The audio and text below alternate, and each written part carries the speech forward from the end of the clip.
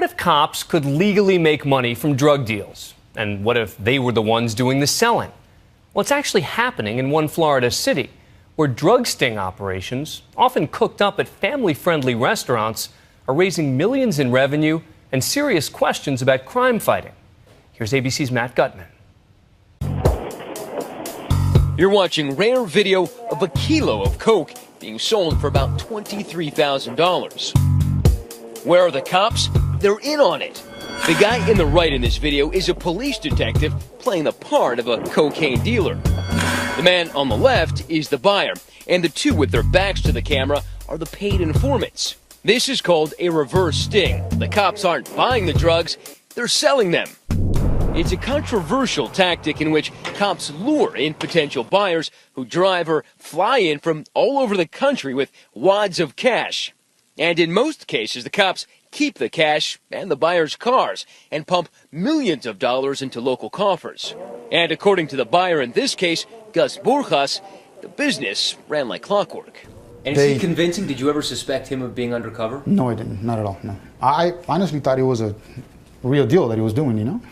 But this isn't a seedy part of the Sunshine State, but Retirement Central, Sunrise, Florida, home to a giant shopping center, coral-colored homes, and lots of drug busts. 1, 2, 3, there you go.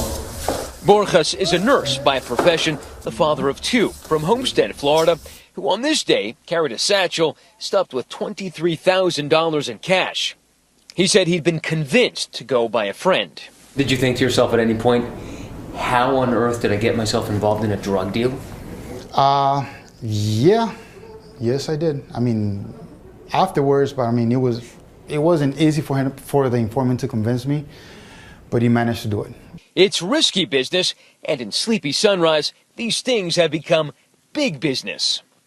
Borjas says he was there because a man owed him money for 5 years and told him this was the only way he'd ever get paid back. So you're no Walt White from Breaking Bad. Exactly. Right?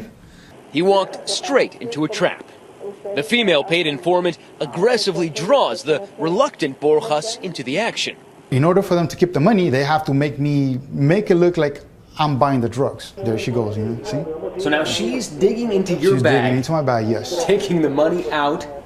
Because she's not, she's not taking no for an answer. They're not taking no for an answer. They don't care whether I'm a drug dealer or not. They just want the money. Finally, the woman physically puts the drugs into Borjas's bag to establish possession. He's seconds away from facing a possible mandatory 15-year minimum sentence for trafficking narcotics. Well, as soon as the cops came in and they busted us, okay, that's when I realized that they set me up. If I'm the financial manager of the city of Sunrise, every morning I would walk into the police department and applaud them.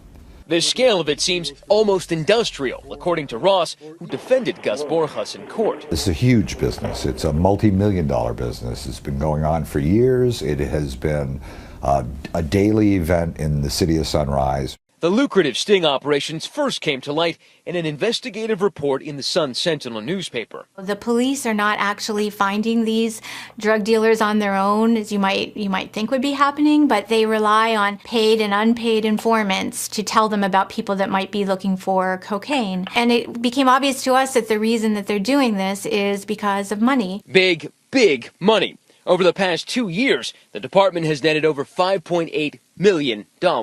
The money was used for new equipment and a lot of overtime for cops involved, some even doubling their salary.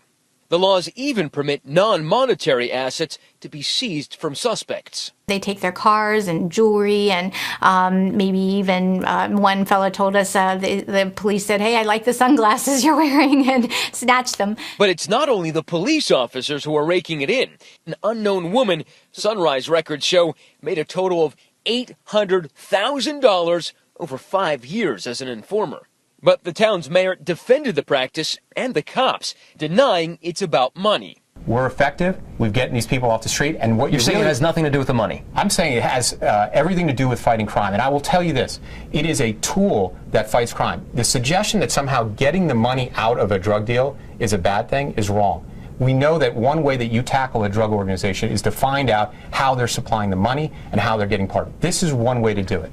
Ultimately, Borjas got his $23,000 back, and the prosecutor gave him a plea deal on a solicitation to purchase cocaine charge because the informant may have gone too far. These people only get paid if the deal goes down. Gus isn't the one who pulled off his backpack and opened it up.